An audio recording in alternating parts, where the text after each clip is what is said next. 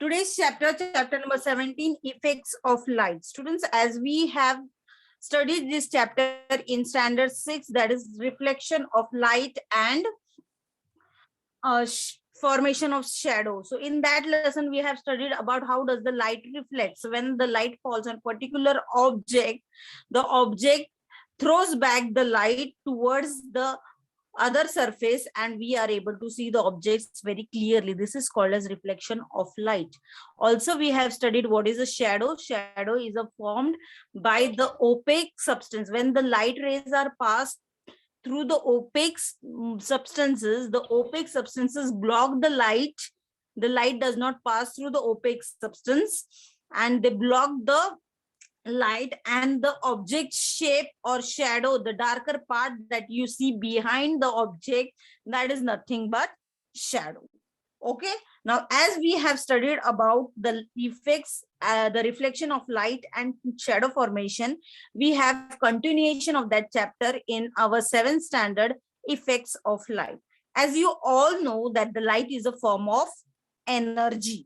Light is a form of energy, and light is divided into two different types, that is natural source of light and man-made light. So natural source of light we are getting from sunlight, whereas man-made sources of light we get from tube light, candle, torch. All these things are called as man-made materials or sources. Now light is reflected, that is why we are able to see the objects very clearly. Okay, when the light falls on an object, the object reflects back and we are able to see the object very clearly in presence of light.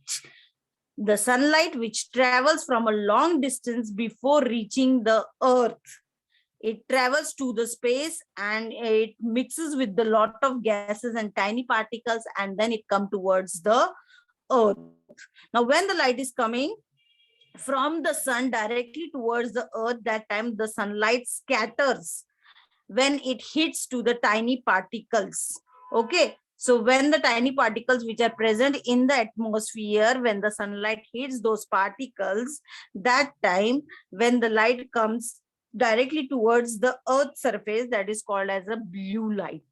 Okay, so we in the sky we can see the blue color the most. So the light is in the form of wave, and the light wave can be divided into two forms, that is visible and invisible light. So this is all introduction of the light, effects of light chapter. So let us see more about this. Now here you can see the sunset, sunrise and the day timing. Now in this three type, you can see that the sunlight which reaches to the layer of atmosphere, the color in the sky appears to be reddish in color, reddish yellow in color, or bluish in color. Now why this color is seen in the sky?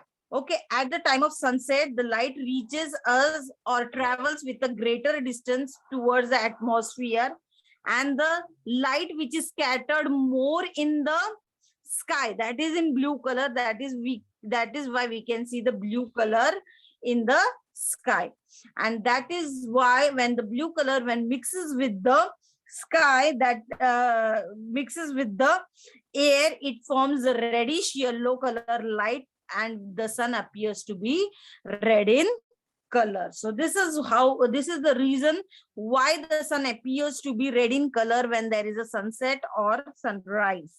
Okay, now the red light which is scattered less than blue light. So always the red light is scattered less than the more blue light, because whenever we see the sky, we see it is blue in color. So the blue color is spread most in the sky. That is why we are able to see the sky in blue color. But when the time of sunset is there, that time the light is scattered, and due to the scattering of the light, the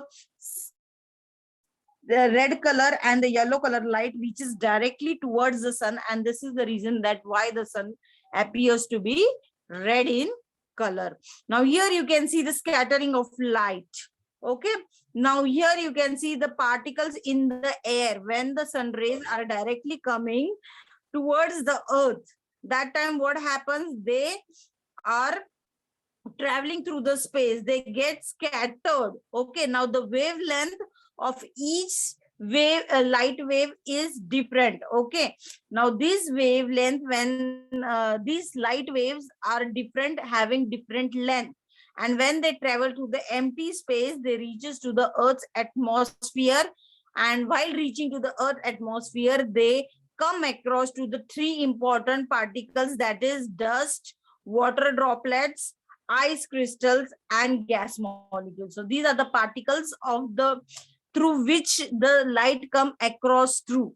And when the light bounces in different direction, we can say that that is a scattering of light. We can say that that is a scattering of light. Okay, the light rays which hit the tiny particles, these are called as scattering of light.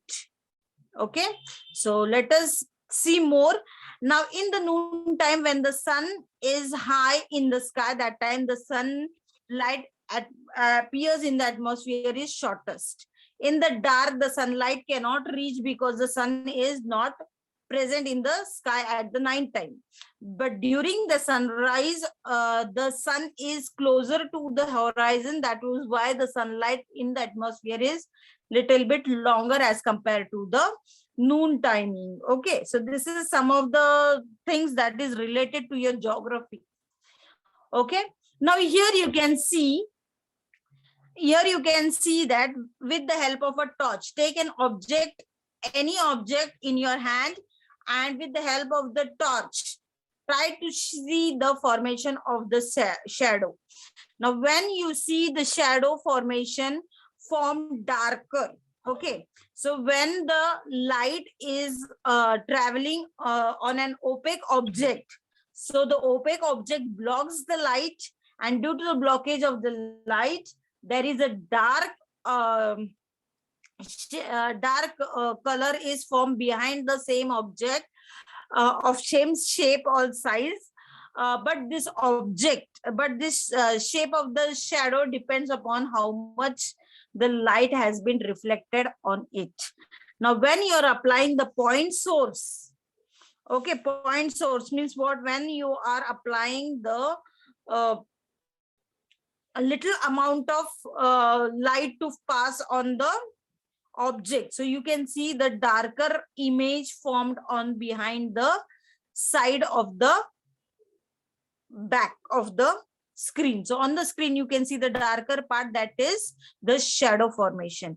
Now if the source of light applied is wider, okay, wide source of light is applied on the similar object, then you can see two shadows forming on the screen. Okay, you can see the two shadows forming on the screen. Okay, now one shadow which is darker in color, that shadow is called as umbra. Okay, the darker part of the shadow which is seen on the screen, that is nothing but umbra. And the faint shadows which is formed behind the screen, that is called as a penumbra. So this is the two types of images or shadows that we are getting with the help of extended source of light. So when you are using point source of light, you will get only the shadow of an object. But when you are using extended source of light, you get two forms of shadow, that is penumbra and umbra. So umbra is the faint part of the shadow, whereas umbra is the darker part of the shadow.